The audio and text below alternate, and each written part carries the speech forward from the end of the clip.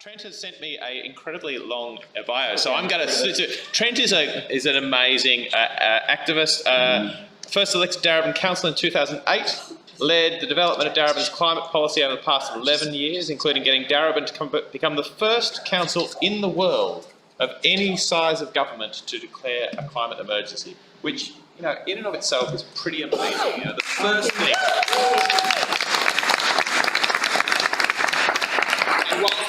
Will say that that was on the back of a fairly concerted effort, I think it's fair to say, Jane, is that right? From Darebin Climate Action Now. Jane, is many things subtle or you know, tending to give up is not one of them.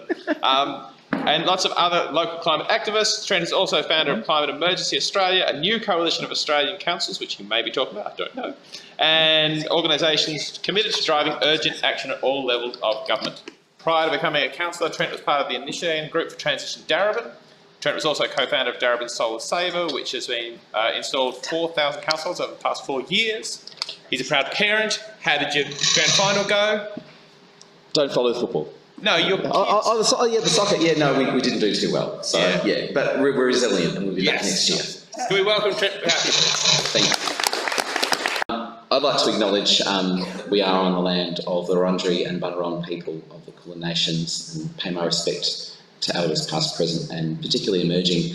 I also want to copy the words and echo the words of Marco Belimo, who's a young student striker in my community in Darebin, who at the bottom of his emails has something which I've copied, which is actually to talk about the link between climate justice and justice for Indigenous people all over the world, and that those two things are intimately linked.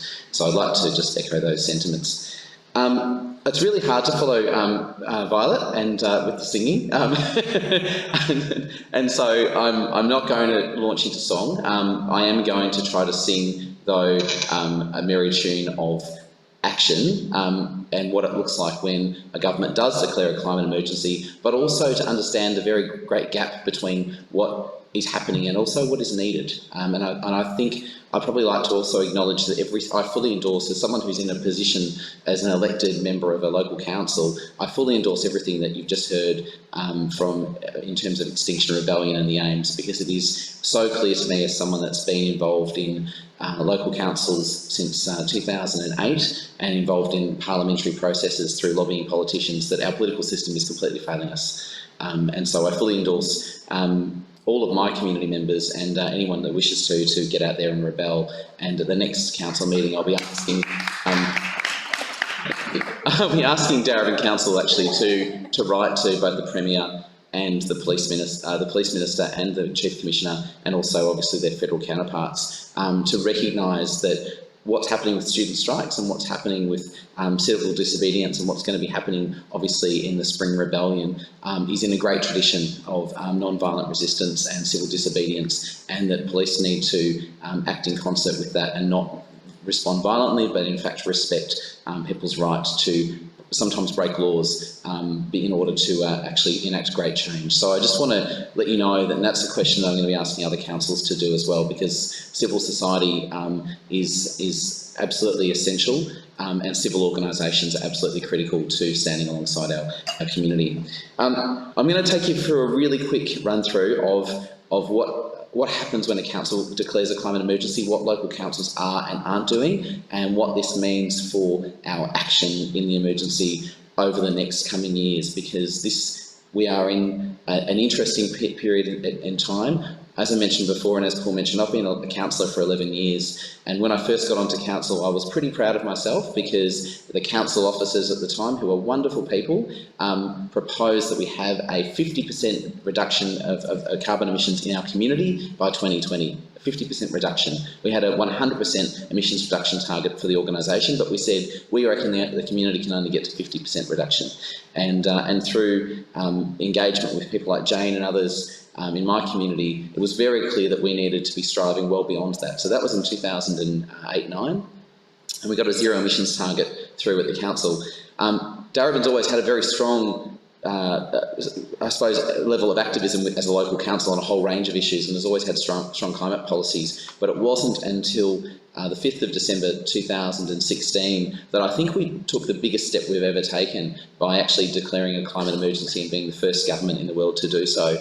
And we didn't do that because a group of councillors thought that was a good idea. We did that because our community demanded it of us. And it was actually Jane Morton, who you saw before, who's written a fantastic book that I encourage you to get a copy of. It's online, it's there, who actually got me to sign the Climate Emergency Declaration and to commit that after the elections that we would get council to actually declare a climate emergency and to do that. So politicians, political actors in the system respond to community pressure. And in fact, walking into the council chambers in our first meeting in 2016 after the elections, and knowing that 7 of the 9 councillors had actually signed the climate emergency declaration before the election, 2 hadn't, but 7 of them had, meant that I was confident in putting forward that motion because the community consensus had been felt. We didn't actually know what that meant when you declare a climate emergency. We thought we were pretty good in terms of doing our bulk buy solar programs and doing energy efficiency work and supporting our great community groups like Transition Darebin. So it's been a learning journey, to be frank, and I think that we are getting better, but I think there is so far to go in terms of what needs to be done. So I'm going to give you some stories about the gap, but also some hope in terms of some of the things we've learned, particularly in recent months. So I just mentioned about our community call for urgent action. Just out of interest, who here knows if their council has declared a climate emergency? Yep. Whether they have? Yep, you know, they absolutely have. When a council does, you usually know about it. Of all the climate emergency declarations that have happened, particularly in Australia, and there's about 47 in Australia, constituting 8% of all 563 local governments, it becomes a big news. And it becomes news because people ask a second question, which is, well, what does this mean? The council's been doing some great environmental programs. Does this change anything? And it can change something, but it hasn't changed in every instance. And so this is where citizens, whether through Extinction Rebellion, student strikes, or just local groups or transition groups, actually play a powerful role in maintaining the pressure to turn that commitment into action. So what does that commitment into action look like? Well, for Darebin, one of the things that we did is that we did the next important step, which is that once you make a declaration, you've then got to have a plan. Because if you don't undertake the process of doing a plan, and plans are essential in local government, councils will not dedicate resources or commit to actions unless there is some logical framework that they can point back to. And the reason why they do that is because councils, particularly in Victoria, are a child of the state government. They literally are subservient in all legal forms to the state government. They are formed by an Act of Parliament called the Local Government Act. And if a council acts outside of its powers within the Local Government Act, the minister can sack that council. And this has happened from time to time. So it's not that we're in fear of that, but that we stretch the boundaries. And there's been an argument put to me that we should actually try to exceed our powers so that we do get sacked, so that we actually test the limits of the Act. We're not doing that just at the moment, but you know, who knows what the future holds. So these commitments that we made under our climate emergency plan weren't just about what we could do, but they were also about recognising that in order for our community to be safe and to have any sense of certainty about the future, it wasn't just the actions of the council, but it was the actions of other levels of government, of business, of community that were absolutely essential to making that shift and change. This is before the Extinction Rebellion, so the language of activism was very much couched in the sort of activism that we'd seen, not in the civil disobedience space. So it's really important to recognise that this plan was done before the massive upsurge, and I think that our plan would even be a little bit different had we only just done this now. So what's critical is for a council to do that, because what they then do is they recognise the ability to take action, the ability to mobilise, but also where those gaps are going to be. And the reality is for a council like Darebin, despite it being one of the biggest councils in Victoria, there are a whole lot of things that we can't do, and therefore we must pressure for the powers to do those things or to support others to do those things. So this was effectively the commitment that we made, which was to recognise that we're in a state of climate emergency that requires urgent action by all levels of government. Now, it's become the case since December 2016 that you cannot run as a successful candidate in any election, whether it's local councils, state or federal elections, unless you come out and you declare an emergency and you commit to giving a speech in Parliament about declaring a climate emergency. Jane and others in our community have made sure that there is a an expectation that politicians, regardless of their political persuasion, if they're serious about representing our community, they need to speak the language of climate emergency. That doesn't mean that their parties have changed their policies, but it means that they must be in lockstep with the political culture of our community. It's an important thing to recognise, because it's meant that we've had people step up in Parliament and actually talk about the climate emergency and not necessarily fully understand what that means, but they've got to be in that space. So we've got to keep affecting change up through the political system. Our goals were pretty clear, we thought, but how we were going to achieve those goals wasn't necessarily always clear. And this is important to realise. Councils commit to lots of things, but they don't always know how they're going to do them. And I'm happy for people, if they want to get a copy of this presentation, I'm happy to provide this to you.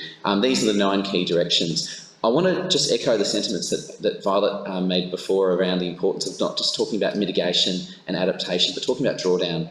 Because the biggest challenge that we have at the moment is that we haven't had a conversation at a national level around what drawdown looks like at that national and local and also global scale. It is a huge effort. It requires an enormous amount of shift and change in terms of resources, but it is absolutely essential. What else have we done? I'm not going to go through this in detail, but I do want to name a couple of key things that we've done in our process. And we've held a lot of events and activities that are really about trying to bring our community into the conversation, because just like any organisation, whether it's a council or even a business or a community group, you have what's called a social licence to operate, which means that you, in order to carry out those policies and to continue to carry out those policies beyond your particular time in power or in influence, you need to bring people along with you. And so one of the things that we've been doing is bringing sporting clubs into the conversation, educating them about the climate emergency, bringing our neighbourhood houses in, making them the local frontiers, really making sure that this is a broad-based movement, not just that the council's here with the activist community and then there's everything else happening over there. I'll just step through this. This is our council plan. If you've ever read a council plan, they don't tend to be the sexiest documents going around, and I say that in the kindest possible way. However, what was critical is that we got a commitment to action on a climate emergency in our council plan. It is the document which the local government minister signs off, and effectively the local government minister has endorsed Darebin Council to take action in the climate emergency. That was an important thing for us, because it's meant that we can test the limits of the Local Government Act as much as we can by dedicating resources to mobilisation and resources to doing things quite differently. And the council plan is adopted within the first 6 months of a council. So if your council hasn't gone through the climate emergency declaration process, there's still time. You've got council elections in October next year. Get anyone that's standing for council to commit to a declaration, but just as importantly as that, get them to commit to making the #1 objective of your council plan in the next term to action on the climate emergency. That's what we've got in there, and it's meant a big change in terms of our council and how it operates. I want to take just a step back from there though, just quickly, which is that part of the challenge for local governments, and you'll see this regardless of whether it's a country council, a city council, a coastal council, is understanding what action on the climate emergency means for them locally. And for Darebin, we were lucky that we had a program called the Solar Saver Program, which we invented a few years ago, and it meant that effectively we identified there were a whole bunch of people in our community that could not put solar on their roofs, were dying in their homes or being admitted to hospital because they could not keep their homes cool during heat waves, and they had no mechanism to do that. And so what we did is we created a program which meant that we could put solar on anyone's roof with no upfront costs, and they could pay that back through their rates over time, and they would always be in front. And so we targeted this at 300 pensioner households, swap them across to solar, and then just turn them into renewable energy ambassadors. What's interesting about this is that the people who were the first tranche of those people are now very proud of being taking action on climate change, even though their starting point was actually reducing their household power bill. So you can shift people's attitudes from one space to another through actually engaging them in action. And we're talking about what we describe I describe it as the Nonna effect, because the highest concentration of solar saver households were Italian women in Reservoir who had huge power bills and were serious at risk and had a huge peer group as well. So the Nonna effect was the flow-on effect of that peer-based marketing. I won't go through this too much. This is the technical basis to solar savers, but any council in Victoria can do this, and it means that you bring together two things, which is the ability to switch your whole community across to solar, but also to do the social justice piece, which is to remove the upfront costs of this sort of technology for households, regardless of whether they're renting, whether they are high income, low income, it doesn't really matter. And of course, we've proven over the number of years that this program works, which means that the state government has since copied a version of this because they want to back winners. So we've tried to elevate the stories upwards of what works and how to do it more. They haven't, through that large-scale solar program that they've got rolling at the moment, they haven't quite done it as well because they have missed the social equity element. But we continue to converse with them about it.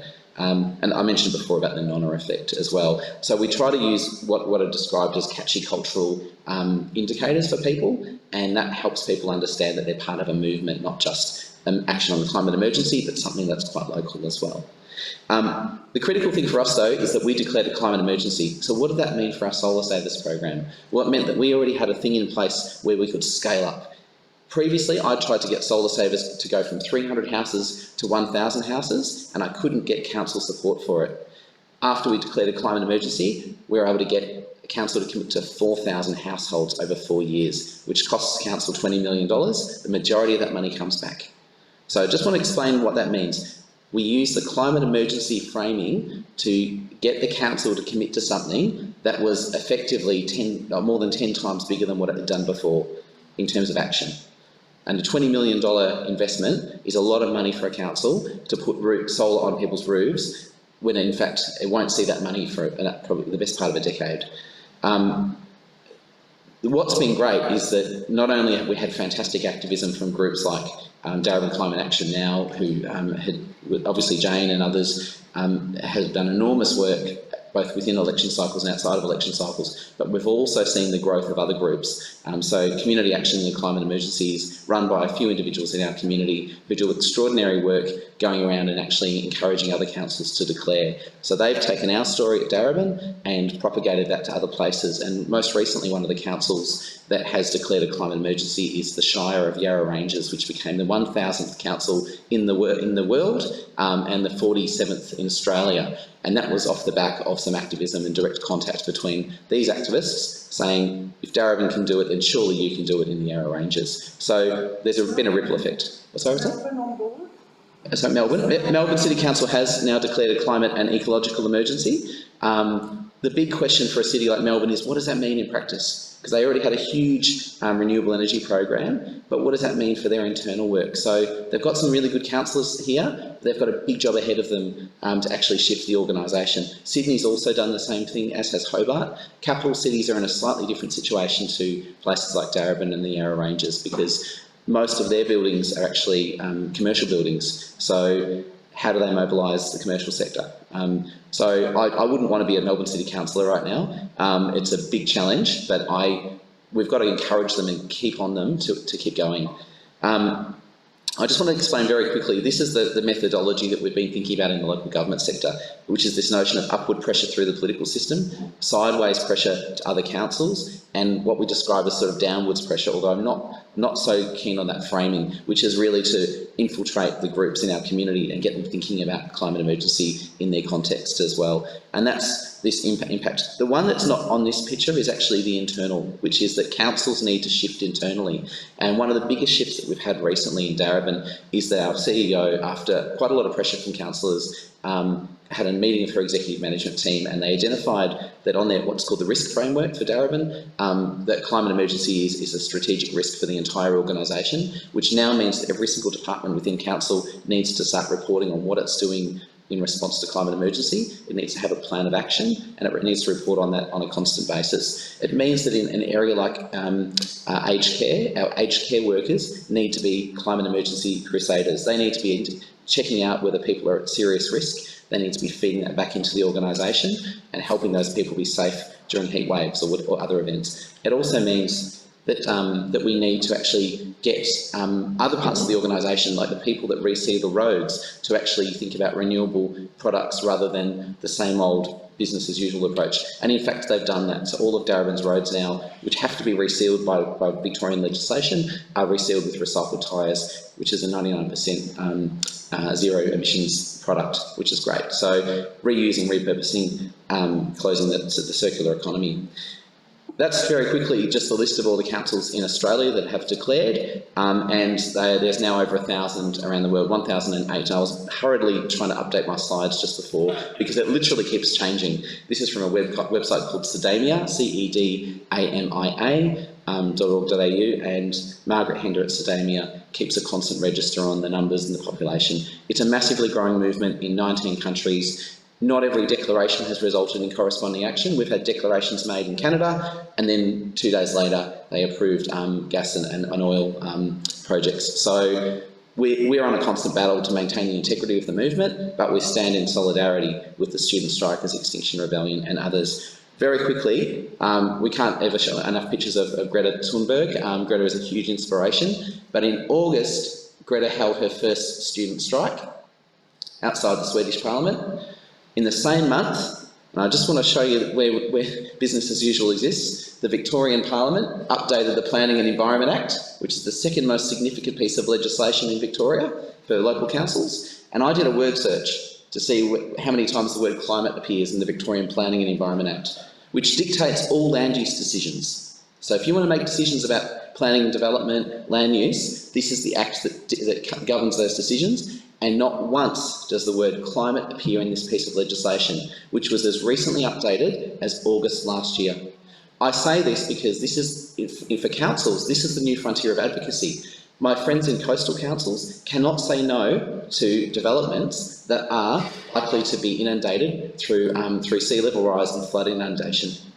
My country cousins, who I love deeply, are so deeply frustrated that they are having houses being approved and developments being approved in not only bushfire zones, but in zones that are high climate emergency risk zones as well. So we need to get, this is, for us as councils, this is the next frontier of legislative change that we'll be fighting for.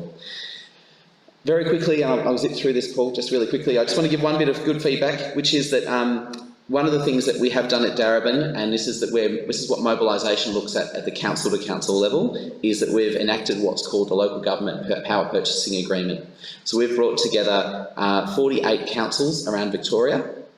We've said to them, what if we could help you shift your electricity consumption as a council from fossil fuels to renewables? And that those renewables would be new renewables, so new wind, new solar, these sorts of things. As it's turned out, of the 79 councils in Victoria, we've got 48 of them on board, including Darebin.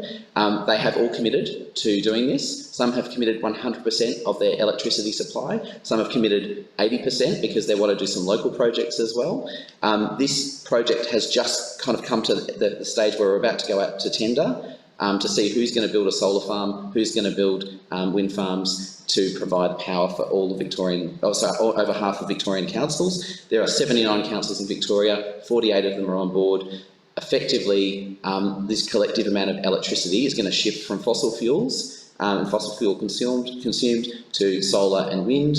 It's going to result in 250 gigawatts of new renewable energy through local government, which is 45% of all the power that local councils use.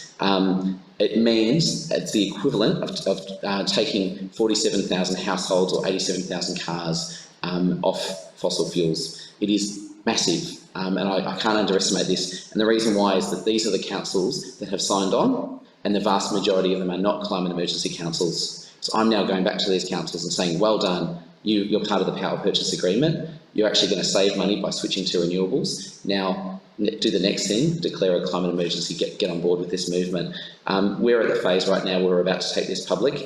Literally, no one else has seen this information, so you're the first people outside of the local government sector to see this. I just want to show you one thing. This actually resulted in, here we go, oops, sorry, I've dropped out of it. The critical thing here, I won't show you more because I don't want to keep you any more time, but to get to that stage, we had to mobilise 1,000 people in the local government sector. 1,000 people. Because they were the managers, CEOs, councillors, environmental officers, financial executives. 1,000 people were mobilised in local government, and we've switched effectively 45% of local government's electricity across to renewables. So that's kind of mobilisation in a council context, but it must be greater and bigger and stronger and faster, because that's what we need. I'll end it there. Thank you, and sorry for going over time.